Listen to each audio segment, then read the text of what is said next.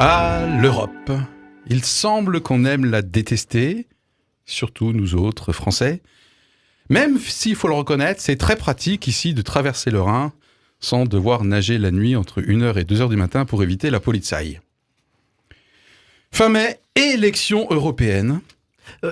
Philippe, c'était un de tes souvenirs Bonjour. d'enfance, ça Bonjour Philippe. Oui, quand je devais aller chercher des pétards.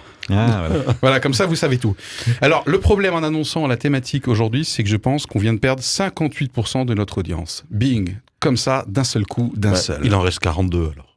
Alors, le côté vert à moitié plein, c'est qu'il en reste 42. Non, notre audience, à mon avis, est suffisamment responsable. De fait, même si elle ne ira pas voter fin mai aux prochaines élections européennes, au moins avec notre émission, elle saura pourquoi. Tout de suite, pour nous mettre dans le bain justement de ce sujet hyper sexy, 2 questions. Messieurs, est-ce qu'on peut citer une tête de liste aux prochaines élections européennes ? Ah ah ! Raphaël Glucksmann. Bernard, ça y est, Raphaël Glucksmann, ok. L'oiseau. Hein, l'oiseau, Nathalie. Nathalie, je crois, de son prénom, David. Oui, bah, Yannick Jadot, je dirais. Voilà. David, forcément. Elle est pour les rester dans verts. les clichés. Moi, je vais dire Nicolas Dupont-Aignan, bien sûr. Qu'est-ce qu'il y a, Bernard ? Et rien du tout. Tout va bien ? Mais tout Parce va que très, j'ai une très deuxième bien. question, donc peut-être ton sourire va vite s'effacer, tu vas voir. Voilà, vas-y, on va voir. Alors, merci pour ce premier tour de table. Pourquoi, spontanément et courtement, potentiellement, un Européen ou un Français n'irait pas voter la fin mai ? Quelle pourrait être une première raison, comme ça, spontanément ? On y va. Alors, Bernard, toujours. parce que j'ai barbecue ou piscine, je ne sais pas. Parce que j'ai l'impression que ça ne changera pas ma vie. Si je suis français, ce que je suis, un bon nombre de Français trouvent que, voilà. Oui, donc Plus la rien ne réponse pourrait sembler légère, mais en fait signifie effectivement une non-conscience d'utilité ou d'application pour mon quotidien. Tu Donc disais- du coup, je reste dans mon Tu quotidien. disais, on aime la détester. Moi, je dirais qu'on la déteste avec amour aussi, l'Europe. Bon, ok, très bien. David ? Moi, je vois pas trop de raison de ne pas aller voter. En fait, j'arrive pas à en trouver puisque c'est un scrutin à la proportionnelle. Ça veut dire que chaque tendance, chaque voix va pouvoir peut-être se concrétiser par un député un peu de l'inclination qu'on a. Et ensuite, voilà, il y a des coalitions qui se font. On réclame de la proportionnelle en France. Eh Et oui. bien en Europe, on en a. On est quand même dans le sujet, puisque Emmanuel Macron, là, ça y est, il est sorti du bois. Il a annoncé être favorable à quoi ? 20% de proportionnel Voilà, sachant aux que élections. les députés européens français sont assez nombreux. Ouais. Donc voilà, je sais pas, je veux dire, c'est effectivement éminemment important l'avenir de la France à travers l'avenir de l'Europe. 79 pour rebondir Oui, précisément c'est sur le chiffre. Hein. Ouais, ok. Mais bon, on est toujours dans un tour de table. Je suis en train Oui. d'enfreindre moi-même la règle que j'ai dictée. C'est pas bien. Et il y a toujours Marc qui doit parler. Donc je ne sais attend. pas, je ne sais pas ce qu'il faut, simplement parce qu'en fait on est dépassé par l'enjeu et qu'on a Ouais. envie de laisser les autres décider. Mais sinon, spontanément, du fait que c'est de la proportionnelle, il n'y a aucune raison de pas aller voter parce qu'on va être représenté, même Voilà. un tout petit peu, quoi. Oui. Ok, sauf si on ne dépasse pas, je crois, 5% des voix, c'est ça, c'est la C'est liste. ça. Du coup, on squeeze. Bon, bah alors on entame. Ah non, pardon, mince, Marc. Ah, j'essayais d'être patient, je me disais, mais pourquoi je suis là aujourd'hui ? Eh bien, comme David, je pense qu'il n'y a cité aucune Nathalie raison Loiseau, de ne pas déjà. aller voter. Ok. Et doublement aucune raison que je crois que, qu'on l'aime ou qu'on ne l'aime pas, l'Europe est là et que l'Europe est une superbe aventure pour chacun d'entre nous. L'intérêt d'un vote, c'est de pouvoir exprimer l'Europe que nous souhaitons. Et effectivement, il y a quelques points de désaccord, quelques points de perspective, de projet tout à fait différents suivant les candidats. Bien, allons voter pour le candidat qui représente l'avenir de l'Europe que l'on souhaite voir se construire. Je peux lever juste se une déconstruire. ambiguïté. Yes, Parce que Bernard. Le 26 mai, j'irai voter. Rassurez-vous, Ah, ne d'accord. sortez pas. En fait, tu peux faire les deux. Tu peux faire barbecue et voter, tu sais. Ben voilà. C'est ce que j'allais dire. Au moins, si le thème du barbecue permettait de ne pas aller voter, c'est vraiment... Allez. Non mais Le vote, Voilà. ça nous prend 10 minutes, on peut y aller. Ok. Alors justement, Marc parlait à un moment donné d'enjeux et de perspectives. Je vais vous proposer de découper cette émission en gros en 3 morceaux. On va reposer ensemble quelques bases, hein, histoire de pas mourir idiot aujourd'hui. Et puis ensuite, j'aimerais qu'on analyse rapidement 4 grosses tendances au niveau de l'Union européenne, au niveau des opinions justement des Européens sur l'Europe et mon pays, un peu, beaucoup, passionnément, la folie, pas du tout, avant effectivement de terminer l'émission sur quels sont les différents projets européens, quelles sont les lignes de clivage, quels sont les enjeux, quelles sont les perspectives, est-ce qu'effectivement l'Europe est utile ou pas, quelle est Quelle est son implication concrète dans nos vies? Ça, c'est ce qu'on verra donc dans un instant. Éclairage, éclairage, éclairage. Sur une tendance de société, sur une actualité, un débat pluriel et surtout, de bonne foi.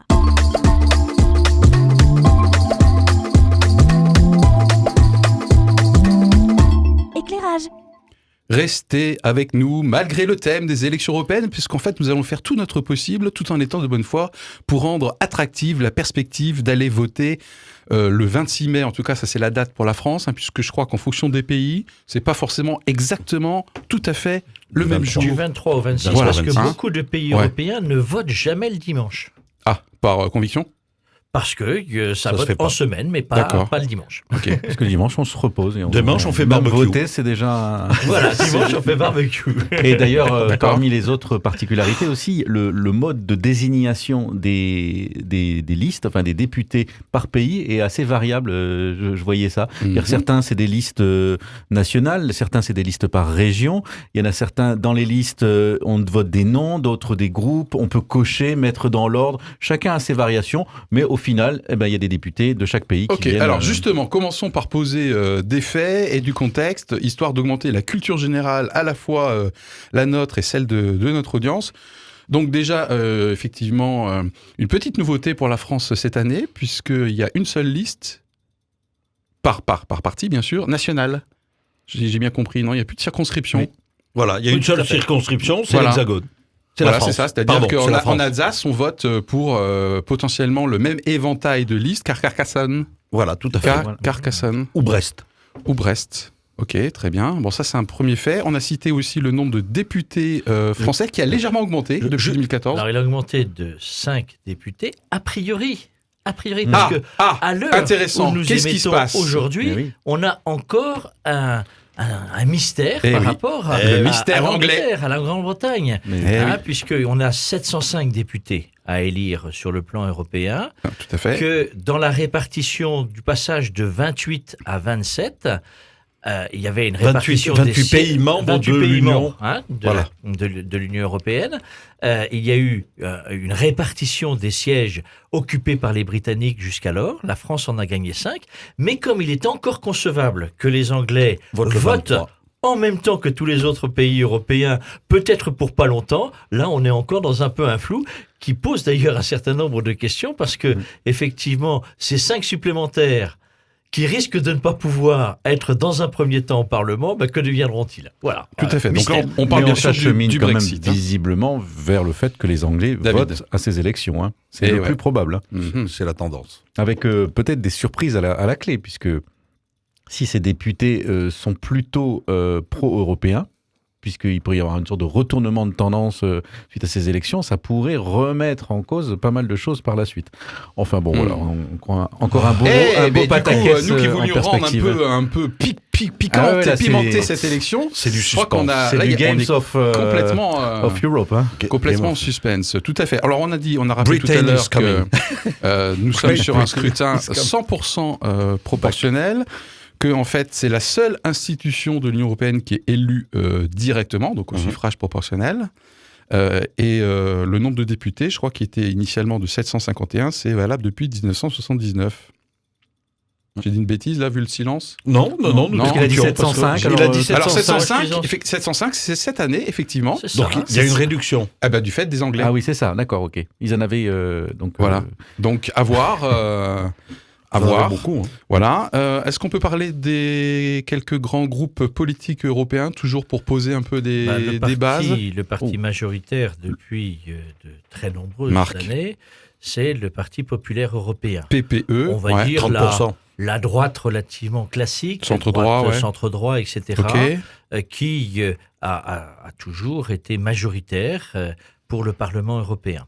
Il y avait un espoir lors des dernières élections, enfin un espoir, ça c'est de mon point de vue, Ah, que les sociodémocrates, comme on les appelle, puissent SED.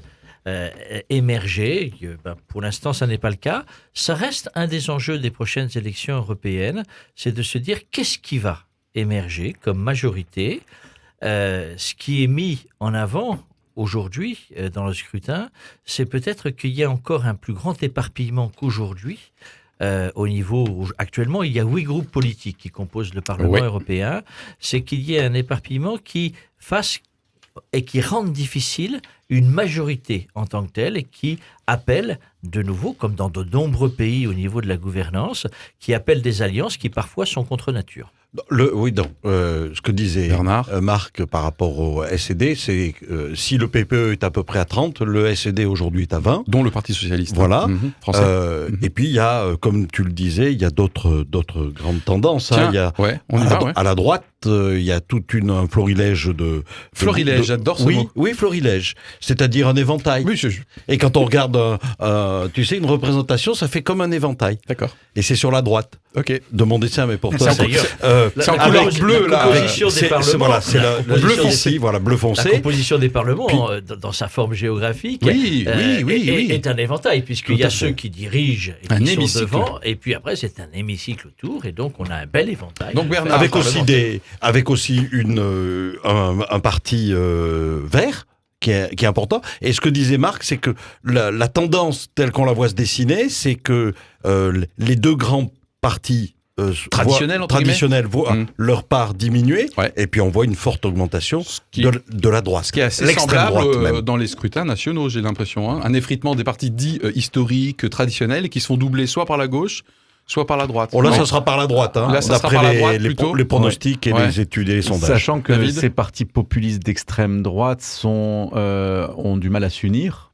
C'est un petit peu leur façon d'être, on va dire.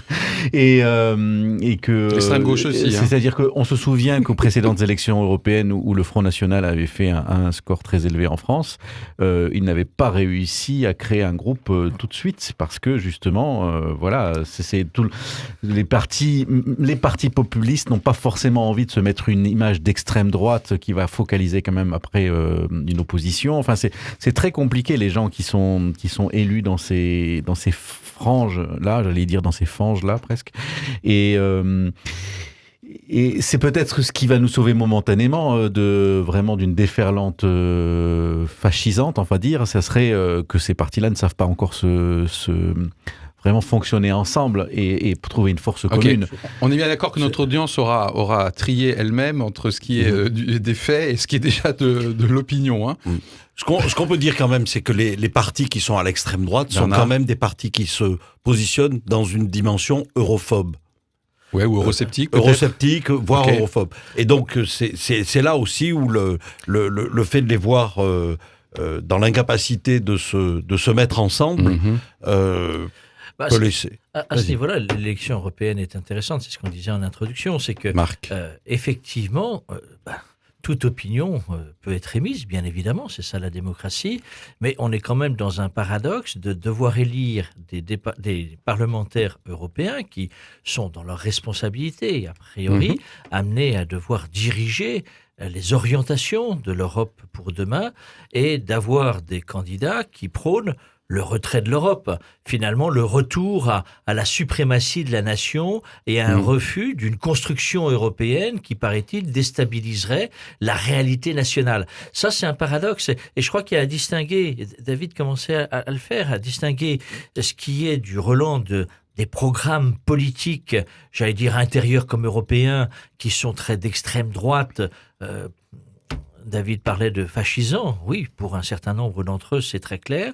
De ce qui est, c'est ça qui rend difficile leur capacité à pouvoir s'unir, de ce qui est un relent avant tout nationaliste et pas obligatoirement fascisant. Donc voilà, et parfois sur cet aspect-là, au moins dans le cadre de la politique française, c'est là où parfois on peut être surpris des arguments où entre l'extrême droite et l'extrême gauche, la différence est plus que ténue. Justement, peut-être juste avant de laisser la parole à David, peut-être compléter notre trombinoscope au niveau des têtes de liste. On a parlé de Nathalie Loiseau, donc là c'est La République En Marche. On a parlé de Raphaël Glucksmann, qui est pour... une gauche social-démocrate. Oui, c'est pas le PS. Parti Socialiste et Place Publique. Voilà, merci. Yannick Jadot a été à côté cité. de Benoît Hamon, qui lui a son propre mouvement Génération X. Tout à fait. Pour LFI, la France Insoumise, c'est Manon Aubry. Et avec M. Bompard en numéro 2, que j'ai entendu d'ailleurs tout à l'heure. Et puis François-Xavier Bellamy pour Les Républicains. Tout à fait. Voilà. Et enfin, Nicolas Dupont-Aignan. Voilà. Et puis, Et Jordan Bardella. et Jordan pour Bardella, le Rassemblement pour le national. Rassemblement Pour le national. On va RN, respecter. Rassemblement National. Là, je crois qu'on tout a- à fait. Ouais. On a fait Alors, le tour. Ce qui est intéressant quand même On à a noter, encore un. alors Marc. est-ce que ça veut dire que ces élections européennes sont une forme de plateforme de lancement pour d'autres élections dans l'avenir? C'est toujours le cas. C'est quand même la jeunesse globale de tous les candidats présentés. Ah ouais. Hein, Mhm. On a des Profil, candidats qui, globalement, ont moins de 40 ans. C'est quand même rare pour Mhm. des élections aussi Intéressant à noter, importantes. Et qui donc, je ne sais pas s'ils apportent une fraîcheur, j'en suis pas toujours convaincu. Mais effectivement, ils apportent une forme d'inexpérience de la vie politique traditionnelle Un nouveau et visage. peut-être un souffle un peu différent, un peu nouveau. Mais on verra aussi comment, dans ce contexte-là, s'ils sont amenés à être élus, ils vont se positionner au cœur de la réalité du fonctionnement Alors, du Parlement européen. À propos de la réalité, et pour savoir si effectivement le 26 mai vous allez au barbecue et ou aller voter, Non, en fait, les deux. les deux, tout à Allez, fait, pardon. ça Rappelons va de quand même, soi. et moi ça m'a agréablement surpris que le Parlement européen a 20 domaines de compétences, puisque Marc venait de parler de réalité, d'accord. Mhm. Donc il y a 20 sujets sur lesquels il détermine en fait. Il y a 50 domaines apparemment sur lesquels il est consulté, donc on appelle ça un avis, et il y en a 16, si mes lectures sont bonnes, sur lesquels il peut dire niet. Donc un droit de veto. Donc apparemment c'est quand même assez stratégique, hein, les votes des parlementaires européens, plus que ce que j'aurais pensé. Moi, j'ai juste, avant qu'on rentre un petit peu en écho à ce Bernard. que Marc vient d'évoquer par rapport au vote, par rapport... Et on va passer aux perspectives dans un instant. Oui, après l'intervention du président Macron l'autre soir après le grand débat et tout ça, Les conclusions. ouais. j'ai entendu des commentaires politiques qui m'ont un peu surpris, voire dérangé. Allez voter aux européennes pour sanctionner le gouvernement français. Ah oui, oui. Non, Classique, non, hein. non. Oui. Oui, c'est classique, mais il faut pas mélanger Oh non. les niveaux. Oui, mais c'est quand même le débat que des Oui, politiques. la France Insoumise, par exemple, veut mettre une claque à Emmanuel Macron. Enfin, Jean-Luc Mélenchon, il l'a clairement dit. Oui, et puis Utiliser, oui, par mais exemple. mais c'est pas l'objet. C'est pas l'objet. C'est pas D'accord. l'objet. Donc, Voilà. tu n'es Donc, pas d'accord. Je suis pas d'accord et je le dis. Bon, très bien. C'est un lieu de conversation, Je suis de d'accord débat, un avec toi. terme Ok. qui fait débat entre nous. Non, je suis Non, d'accord non, avec voilà. toi. moi, hein. D'accord, donc la claque à Emmanuel Macron, why not, mais Non, pas lors de cette élection. Ah voilà. Et Voilà. pas si bien sûr on veut pas terminer dans un Ce trou. que- Ce que l'on peut rajouter juste sur cette première partie, c'est aussi quand même Marc. la construction progressive de la démocratie européenne, c'est-à-dire du poids et de l'enjeu du vote pour des parlementaires européens. Effectivement, en 20 ans, puisque le grand processus de transformation c'est 79, en 20 ans, on a eu des transformations très importantes qui fait qu'aujourd'hui, le rôle du Parlement européen est un rôle essentiel, puisque c'est lui qui est aussi amené à voter le président de l'exécutif, donc le Exactement. président de la Commission Européenne, tout à qui fait. met en Merci de œuvre rappeler. les politiques votées. Et aujourd'hui, le Parlement, à égalité avec le Conseil des dirigeants des pays européens, a statué, à légiférer sur l'avenir des dispositions prises au niveau européen et qui deviennent contraignants pour les États membres. Ok, David, juste avant qu'on... Oui, alors effectivement, l'élection du président du Conseil De la Commission de la européenne. Commission européenne est très Mhm. importante, parce qu'effectivement, c'est lui qui va donner un peu la couleur de la politique, et en particulier de la politique économique de l'Europe, qui fait grand débat. On peut rappeler, pardon, je te coupe, que le président peut être est élu par les parlementaires. En l'occurrence, là, il va quitter ses fonctions, mais c'était la tête de liste d'un des partis Ouais, C'était majoritaires. Jean-Claude Juncker. Ok, donc, mais c'est pas forcément la tête de liste d'un des partis. Non. Voilà. Et d'ailleurs, David. le Parlement peut le révoquer selon une procédure qui n'est pas si complexe que ça. Si vraiment il y a un décalage entre les aspirations, enfin, on va dire la tendance du Parlement et celle de la Commission. Et l'autre chose que je voulais dire, c'est que il est très facile de consulter ce que nos députés votent. Il y a des sites web, on peut consulter ce que chacun a voté pour chaque décision de loi. Et c'est intéressant de voir tout ce qui se discute, toutes les directives qui essayent d'harmoniser nos pratiques, nos règlements en matière de concurrence, en matière de fiscale, en matière réglementaire, santé, écologie. Les tout ça. panneaux Donc, solaires. dire, tout ça, ce sont des choses que l'on pourrait La voter. PAC, bien sûr. Et après, comment ça se décompose? Oui, en Les plus. fêtes de Pâques. Oui. Oui, c'est ça. Chaque année, il décide de la date, en fait. C'est derrière nous. Oui, non, mais voilà. On est dans le Non, cas il faut pascal. la politique arrive agricole commune. Oui. Soyons Non, complets. il a dans nos- raison, hein, c'est vrai qu'on n'a Voilà. pas d'acronyme. Oui, en tout cas, c'est intéressant de voir tout ce qui se discute et tout ce qui se vote et de se souvenir que quand ça se vote, c'est quand même une portée qui est sur une population de 400 millions d'habitants et sur plusieurs gouvernements. Quand on râle Ok. parce que l'Europe nous impose des choses, il faut savoir quand même que ça s'impose à 28 États. Mhm. Bernard? On en vient d'évoquer des sujets sur lesquels l'Union européenne statue. Un des derniers qui a fait débat et qui était intéressant à suivre, c'était celui sur les droits d'auteur. Ah oui. Qui est une des dernières directives qui vient d'être votée et qui va protéger, cette directive va permettre de protéger la propriété intellectuelle des créateurs. Ok. Un aspect fondamental de ce que dit David, on y reviendra peut-être après, mais un aspect fondamental, c'est la contrainte. Mais c'est logique. Dès lors que l'ensemble des élus au niveau européen votent, ces dispositions se doivent de pouvoir s'appliquer au cœur des pays. Et une des volontés qui est mise en avant aussi dans le cadre de la campagne européenne, c'est de continuer à construire et à améliorer l'harmonisation des dispositifs législatifs de chaque pays, de manière à ce qu'il n'y ait pas de discrimination. C'est sur tous les points. Ouais. En particulier, la question de la fiscalité, bien sûr, est mise en avant. Et bien évidemment, l'harmonisation, ça veut dire, une fois qu'on a décidé, eh bien, ça s'impose à nous. Et donc, c'est une contrainte. Voilà, mais ça, c'est ça aussi la construction européenne pour mieux vivre ensemble. Moi, j'en suis persuadé de cela. Bon, dès lors qu'on est ensemble, de toute façon, un petit groupe, une assoce, un comité de direction, que sais-je, c'est le principe de solidarité entre guillemets gouvernementale. Donc forcément, ça s'applique. Juste avant qu'on aborde plus en détail effectivement les enjeux, les perspectives, les différents projets, j'avais annoncé en plan d'émission d'éclairer notre audience sur 4 grandes tendances qu'on retrouve en Europe sur je t'aime moi non plus par rapport à l'Europe. Donc on va peut-être y aller ensemble. Et du coup, il y a une spécificité française, en tout cas, qui apparaît dans les chiffres. Alors en gros, et je vous laisse la parole tout de suite, il y a 4 grandes tendances. Il y a une proportion des Européens qui disent eh ben, nous, on trouve que à la fois l'Europe et notre pays, ben, en gros, ça marche. OK. 25% des Européens. Et il y en a certains qui disent notre pays, c'est OK, ça marche bien. Par contre, l'Europe, c'est la cata. 14% au niveau européen. Il y en a qui pensent que rien ne marche, ni l'Europe, qui est un projet qui est cassé, ni notre pays, 38% en Europe, 69% en France. Et il y en a qui pensent que l'Europe, c'est OK, mais c'est nous qui, en tant que pays, qui marchons pas bien. 25%. Bernard. Juste. Ça m'a frappé, moi, ces 4 tendances. Oui, alors qu'on a un président en France qui est pour le en même temps, Oui. nous les Français, on est dans le nini. Apparemment, là.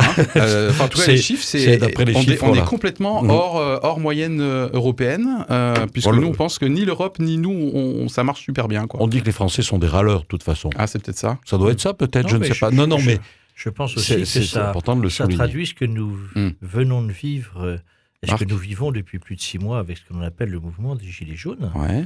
qui finalement, alors qu'il y a eu des tentatives, n'a pas de répercussions sur le reste de l'Europe. C'est de dire, il y en a ras-le-bol de tous ces politiques, quels qu'ils soient, à l'échelle nationale comme à l'échelle européenne. C'est des bons à rien, Un ils savent pas, dégagisme. et on doit se construire autrement. Je pense que, on a déjà parlé Oui, ici tout sur à cette fait. antenne, je pense qu'il y a un réel danger là, parce qu'une démocratie, elle se construit sur un socle de personnes que l'on appelle des politiques, qui sont prêts à prendre des responsabilités en notre nom et qui peuvent être, de fait, dégagées à toute nouvelle élection. Ok. C'est à moi. Peut-être pas, parce que là, du coup, je peux réfléchissais, en fait. mais je peux profiter de ce silence juste pour terminer là-dessus, avant Oui, de faire vas-y. une dernière pause et de détailler les enjeux, les perspectives. Rappelons également qu'il y a 5 pays qui sont candidats. Oui. Donc je les ai. Vous les avez en tête ou sinon moi je les ai notés pour Alors, être sûr. note-les, par la on va candidat, voir. vérifier un peu, Candidat là. à quoi? Parce que ça me permet On de va déterminer essayer dans le lion. les primes de fin d'année. Il y a la Serbie. La Serbie, Attendez, ouais, j'avais dit, ouais. attends. Permettez-moi juste de clarifier les choses. Ils sont candidats à Pour quoi? avoir le droit d'envoyer demain des députés À au rejoindre Parlement la communauté européen. européenne. D'accord, voilà. À rentrer. Oui, à Voilà. rentrer. Rejoindre Oui, la non, mais communauté. on parle des élections Ah ouais. candidats à un Ah poste oui. de président ou je ne sais. Ah oui, très Donc, bien. Bon, il y a la Serbie, Serbie, yes, il y a la nickel. Macédoine. Ça fait 2. Alors, il y c'est a- lui qui aura les primes. Hein. Ah Moi, ouais, je c'est lui bon, laisse. allez, on lui laisse. Oui, Non, en je géographie, savais j'ai que la toujours Serbie, été en nul. fait. J'ai pas vu. les Alors, la Turquie l'a depuis longtemps, mais je ne sais pas si tu Est-ce que- rentres Alors, ils là-dedans. sont candidats. Est-ce ouais. que le pays de Galles, pardon, ou l'Écosse? Bon, et il nous manque le Monténégro et la Macédoine. Ça, je l'ai dit. la L'Albanie, Macédoine. alors. L'Albanie. L'Albanie, L'Albanie est ouais. aussi candidate. Ouais. Donc Tiens, ça, j'avais Monténégro, pas Turquie, noté. Serbie, Albanie, Macédoine, ça fait 5 pays qui sont candidats. Donc, c'est l'enjeu Donc d'ailleurs on des passerait pays de Les de pays des 28 Balkans. ou 27 Oui. à 32 ou 33. Voilà, Mais potentiellement. c'est Mais vraiment 33, on est un malade, enjeu hein. important. J'étais Ouais. il y a relativement peu de temps en Macédoine et je rencontrais il y a 10 jours des amis macédoniens et c'est vraiment un enjeu important. C'est de dire comment se construit cette zone des Balkans qui reste encore une zone de poudrière. Oui, parce qu'une grande Où partie des pays qu'on vient de citer, la c'est Croatie, cette zone. Hein. Voilà, la Croatie a rejoint la communauté Ouais. européenne. Ce qui n'est pas le cas, puisque derrière, c'est l'ex-Yougoslavie, donc pas le cas du Monténégro, de la Serbie.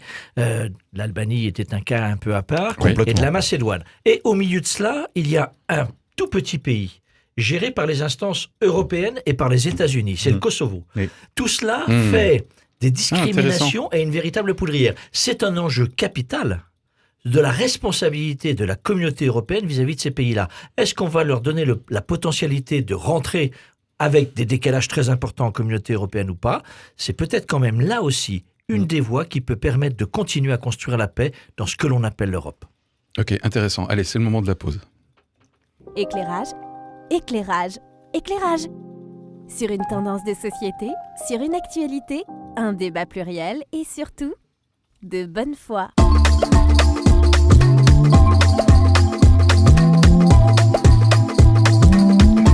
Éclairage. Bienvenue à vous si vous nous rejoignez dans cette émission Éclairage consacrée aux très proches élections européennes. Et on se débat comme des fous pour que notre audience reste accrochée à l'antenne, vu le taux de participation aux élections européennes habituelles. Voilà, donc du coup c'est un thème qui pourrait ne pas paraître capital et en jeu. Et en fait on est complètement en train de démontrer l'inverse, notamment avec un rappel des pays candidats et des enjeux qu'il peut y avoir notamment dans les Balkans. On a successivement reposé des bases ensemble sur c'est quoi les élections européennes, il y a combien de députés, c'est quoi le type de scrutin, c'est qui les têtes de liste, etc. Voilà. Donc moi je trouve que notre culture G de nouveau a fait un bond pas croyable. Ensuite, on a rapidement revu quelles sont les différentes tendances des Européens sur leur appréciation de l'état de santé à la fois du tout, donc de l'Europe et de leur pays. Et enfin maintenant, on a déjà commencé à en aborder quelques enjeux et quelques perspectives liées à ces élections européennes qui peuvent être les projets, disons, alternatifs. Est-ce qu'il y a un enjeu particulier que vous aimeriez poser sur la table, messieurs là Là, David, tout à apparemment. l'heure, là, quand j'étais songeur, en Oui. fait, je pensais Tu à ce... réfléchissais, tu avais dit. Oui, je réfléchissais là, et puis je songeais à ce score là que tu disais dans les sondages d'opinion, où en France, 69% pense que ni l'Europe ni leur pays ne fonctionnent très bien. Ouais, c'est ça. Contrairement à 38% C'est des ça. Européens qui sont dans ce nini. Pour le Ça fait un pays sacré qui delta, est hein. une des deux locomotives de l'Europe, ça laisse songeur, parce Ouais. que c'était quand même ce couple franco-allemand qui a été quand même l'artisan principal de la construction européenne. Il faut se souvenir quand même que c'était une façon de retrouver les conditions d'une paix en Europe, hein, Ouais. puisque ça a quand même fait suite à de nombreux conflits ultra meurtriers. On l'oublie quand même parfois. On a fait la guerre contre les Anglais et on a fait la guerre contre les Allemands. Et là, il y a toujours des antagonismes qu'on ressent encore, qu'on sent encore quand les Français n'ont pas tellement envie d'attendre trop longtemps les Anglais, et on sent quand même ces antagonismes encore avec l'Allemagne sur la politique européenne, sur leur façon de fonctionner, leur politique, leur notion de l'euro fort et tout ça. Voilà. Donc il y a des choses qui sont là, et en même temps, on sait que on est les meilleurs amis, les meilleurs alliés, puisqu'on a construit notre alliance sur un souvenir effroyable de confrontation. Ouais, donc faut peut-être prendre multicentenaire. Ouais. Et ce que je pense, je ne sais pas exactement quelle est la qualité de la relation aujourd'hui entre le gouvernement français et le gouvernement allemand. Angela Merkel est quand même, on va dire, un peu en fin de règne, donc on ne sait pas très bien ce qui va lui succéder. Et en France, voilà, on a un jeune président, on va dire qu'il y a eu ça bouillonne qui en parle France. beaucoup d'Europe, hein. Oui, Encore là, dans les conclusions du grand débat national. Sauf qu'il y a un décalage assez important avec la population. Il y a quelque chose qui est coincé, qu'il essaye de réinventer pour redonner le souffle qu'il l'a amené au pouvoir il y a 2 ans. Mais on ne sait pas très bien. Et là, je crois qu'il va falloir réinventer quelque chose dans ce couple franco-allemand qui va nous redonner du souffle et cette conscience qu'on est un moteur et qu'on n'est pas un poids mort qui est traîné par l'Europe, mais qu'on est un moteur de l'Europe. D'ailleurs, Et ça, de s'en souvenir et de s'en emparer sur des projets, des grands projets européens, je pense que ça vaudrait le coup et ça redonnerait du moral pour notre propre politique intérieure aussi. Est-ce que je peux me permettre de... Oui, puis j'aimerais de qu'on détaille poursuivre quels peuvent être ces grands travers projets ce que- européens, justement. Ouais. ce que vient de dire David, juste pour assez rapidement brosser cette évolution de l'Europe. Il nous reste un quart d'heure. Hein. Point fondamental, la paix et la réconciliation. Comment engager des perspectives qui fassent qu'on ne replonge pas dans des guerres atroces qui ont effectivement amené nos deux pays, en particulier franco-allemands, à se confronter. Deuxième chose, c'est dans une situation de reconstruction, trouver les bases d'harmonie pour solidifier les dépendances que nous avions par rapport au charbon et à l'acier. La politique commune, c'est la première étape. Très rapidement, on en est venu parce que c'était le socle du développement de nos sociétés. On peut énormément le regretter aujourd'hui. C'est la libre circulation. C'est de dire que nous devons créer un espace où librement nous allons pouvoir commercer et échanger. L'espace Schengen, hein, pour les L'espace auditeurs. Schengen, etc. Derrière ça, un socle s'est dessiné très rapidement, c'est le socle de la solidarité. Comment permettre à ce que les plus petits puissent trouver bénéfice et mieux se développer au cœur d'une Europe. Les petits pays. Donc les petits pays ou les pays émergents. Ok. Ou alors, par exemple, combien l'Espagne a profité de l'Europe pour ressortir et aujourd'hui être un pays fort. Ok. C'est vrai pour tous. Et aujourd'hui, quel est l'enjeu ? L'enjeu, c'est de se dire, sur tout ce socle-là, comment on construit une Europe politique ?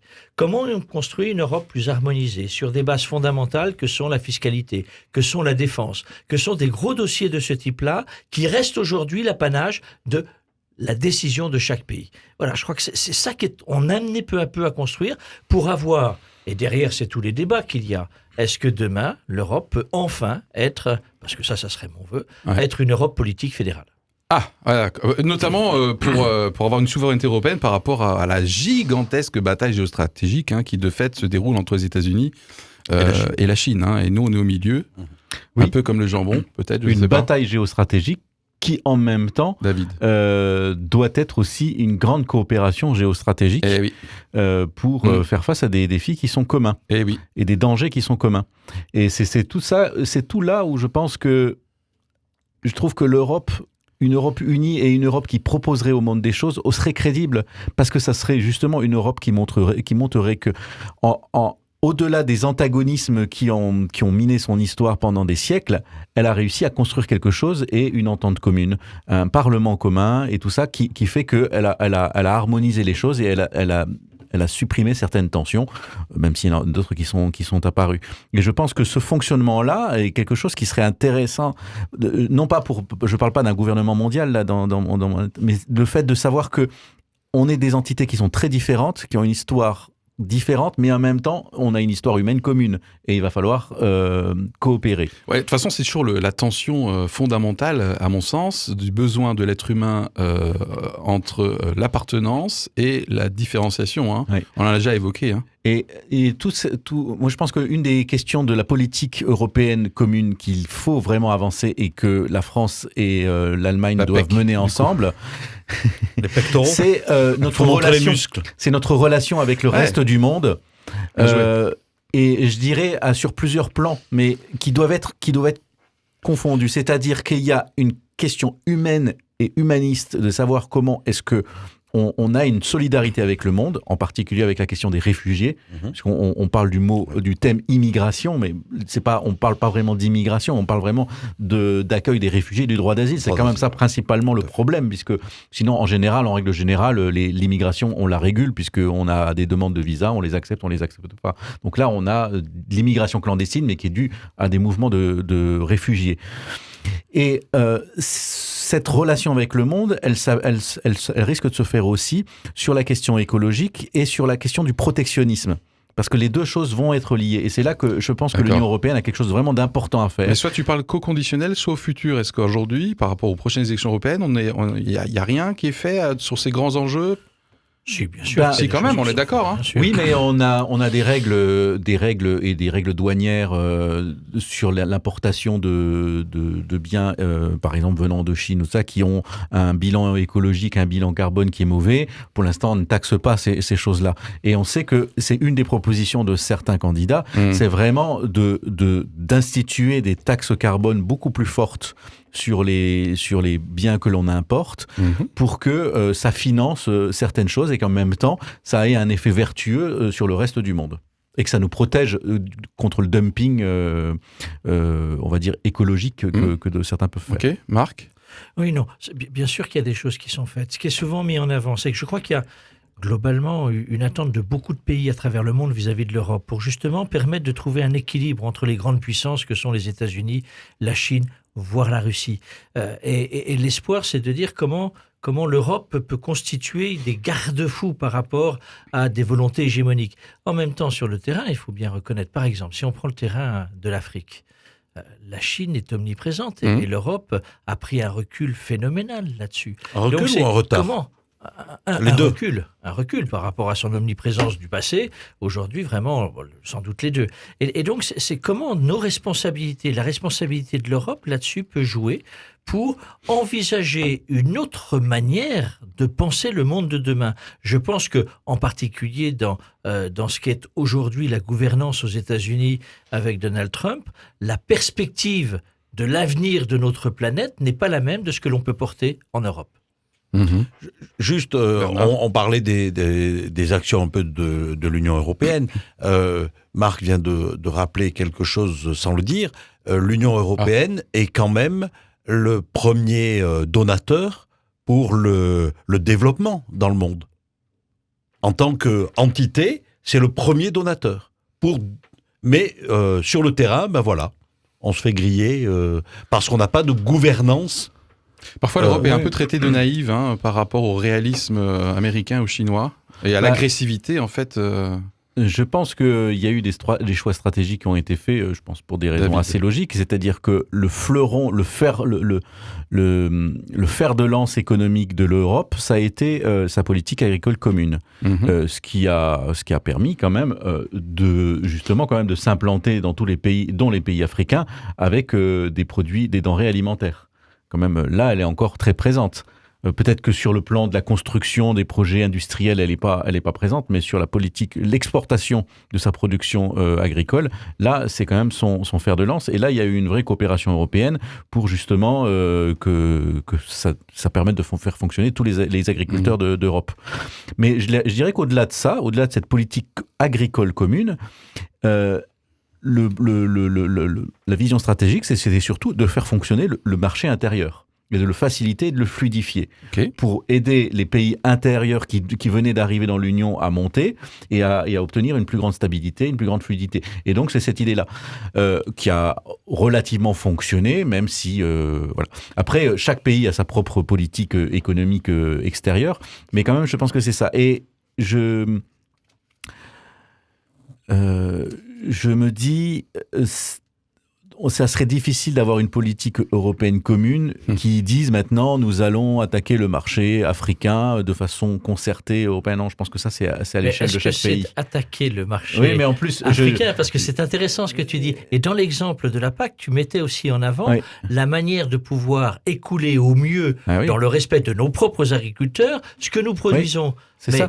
C'est une phase de David que je ne connaissais pas. Non, mais je ne dis pas que... Non, mais j'ai utilisé ce mot exprès parce que... L'enjeu de l'Europe, c'est quand même de se dire comment l'Europe peut construire un autre modèle économique qui permette à ceux qui sont sur place, en particulier en Afrique, de se donner les moyens de se développer. Cette question-là, elle est vraiment fondamentale. Et juste de se dire, par rapport à la question que tu posais, Philippe, c'est vrai que c'est une vraie question dans les instances internationales. L'Europe est rarement représentée en tant qu'Europe. C'est-à-dire qu'il n'y a pas le monsieur Europe, le président de l'Europe, qui va dire aux côtés du président américain, du président soviétique, du russe, russe, etc. Voilà la voie européenne. C'est aujourd'hui la multiplicité des voix, françaises, allemandes, etc. Et ça, c'est très compliqué. D'ailleurs, c'est un des points qui a été discuté pendant le débat avec les différents candidats. C'était de savoir est-ce que la France était prête à laisser une place à l'Union européenne au Conseil de sécurité de l'ONU. C'est ce qu'il faut, et on voit bien là aussi tout l'enjeu d'une politique qui n'arrive pas à se mettre en place, d'une politique de défense commune, puisque effectivement l'enjeu c'est de faire que s'il y a nécessité d'une politique de défense commune, moi j'en doute toujours, mais s'il y a enjeu d'une politique de défense entre guillemets, parce qu'il y a des agresseurs à l'extérieur qui risquent de venir nous chasser en tant que tels au cœur de l'Europe, eh bien qu'est-ce que l'on met en place aujourd'hui? C'est dire notre système de défense est avant tout national et nous pouvons contribuer sur un plan européen. Il faut repenser le modèle, mais de fait, c'est très compliqué de faire évoluer ça dans les têtes. Et les sondages que tu donnais tout à l'heure le mettent en avant. C'est-à-dire qu'à l'intérieur de nos pays, il y a visiblement encore, on peut espérer que pour les nouvelles générations, ça change, il y a encore énormément de scepticisme sur l'abandon d'un certain nombre de prérogatives nationales au profit d'une réalité européenne que nous portons ensemble parce que nous sommes Européens et Français, mais nous sommes peut-être aujourd'hui avant tout Européens. Mmh. Bernard ? Je voulais juste rebondir un petit peu sur ce que vient de dire Marc. Il nous reste 4 minutes. En prenant l'exemple, tu disais tout à l'heure, vivre ensemble, l'exemple d'une famille. Il faut faire de la place au petit frère quand il arrive ou à la petite sœur, et puis il faut apprendre à partager, voilà. Et on en est parfois très loin, c'est vrai, à l'échelle de nos pays. Tiens, aujourd'hui, tu nous as pas fait. Tiens, je connais justement un couple d'Européens. Si tu veux, je peux te le faire. Parce que j'en connais des couples d'Européens, mais toi aussi, je suis sûr. Moi, j'attendais un couple macédonien ou albanien. Non. C'est Marc qui a parlé des Macédoniens. C'est pas moi. Mais toi, t'as en général la petite anecdote. Je pourrais, mais je vais pas le faire. Mais voilà. Tu nous as dit, Philippe, qu'il ne restait plus que 3 minutes. Oui. J'avais juste envie de dire, parce que c'est quand même le cœur aussi de notre émission, l'importance des relations qui existent entre les instances européennes, politiques, que ce soit le Parlement, que ce soit la communauté européenne, et en particulier parce que c'est son rôle exécutif, la communauté européenne, et les églises. Donc les églises chrétiennes sont dans un dialogue permanent. Mais permanent et constructif pour aussi élaborer et participer à l'élaboration de l'évolution de la construction européenne. Je crois qu'il était important quand même de le signaler. Alors, moi, je mettrai en avant parce que je connais mieux le travail de la COMECE, qui est la commission représentant les différents épiscopats, et qui est un travail, mais quotidien. Il y a des personnes... Voilà, ça, je crois que c'est aussi important qu'il y ait ce travail d'élaboration commun. D'ailleurs, c'est une caractéristique aussi en Europe qui est décriée, mais en même temps qui, je pense, a son intérêt. C'est que les lobbies ont une vraie place à Bruxelles et à Strasbourg pour être représentés, interpellés. Ça se fait pas de façon cachée. C'est-à-dire que vraiment chaque organisme, que ce soit industriel ou associatif, peut essayer d'influencer, d'interpeller les parlementaires. Et je pense qu'une vraie institution du travail de lobby, dans le sens positif des choses, est intéressante. Moi, ce que je voulais dire, c'est que je pense que la chose où l'Europe aurait vraiment un rôle important à jouer, c'est la politique énergétique. C'est-à-dire de vraiment, au niveau européen, concevoir des projets européens de grande ampleur pour convertir notre fonctionnement énergétique sur des énergies renouvelables, sur le partage de l'électricité, sur l'hydrogène, sur plein de choses. Et là, ce sont des projets moteurs, des projets qui ne se feront que si on est capable en même temps de mettre un protectionnisme écologique autour de l'Europe, puisque d'une certaine façon, de faire ces choses-là sont des investissements, ça crée des contraintes et donc des disparités avec du dumping écologique extérieur. C'est pour ça que je pense que c'est vraiment une chose qu'il faut mener de front, c'est-à-dire ce protectionnisme-là avec des taxes à l'entrée, des taxes intérieures qui, par exemple, adresseraient la question des taxes sur le kérosène, puisqu'on en a reparlé au moment de la taxe carbone sur le diesel. Voilà, que ces choses-là soient gérées au niveau européen et en même temps qu'on ait des projets d'énergie qui soient ultra ambitieux et ça nous rapporterait, ça serait le prochain fleuron technologique européen, ça serait la gestion de l'énergie. Ok, donc il y a un côté Gore-Tex là en fait, imperméable, en même temps ça respire. Pour terminer peut-être Bernard, moi aussi je peux en faire des punchlines. Vas-y. Il n'y a pas de raison, c'est l'émission. Est-ce qu'on pourrait citer une autre marque ou non? Oui, parce que c'est une marque. Ou c'est un procédé, mais c'est pas grave. Si ça nous rapporte un peu, on peut citer. Mais enfin, si ça... Bon, là, c'est sympa, l'atmosphère un peu légère, mais on est à 44 minutes là. Faut vraiment Bernard, allez, on termine. Juste inviter les gens à ne pas rester devant leur barbecue le jour des élections, le 26, et aller voter. Allez. Écoutez, moi je fais partie justement de ces personnes. Merci beaucoup messieurs de m'avoir donné à titre personnel, et c'est le cas également pour notre audience, un paquet de raisons d'aller voter dans un sens ou dans l'autre fin mai prochain. pour notre Europe à tous. Voilà. 26 mai, dans les urnes. Allez, c'est parti. À très bientôt pour une prochaine émission Éclairage. Au revoir. Au revoir.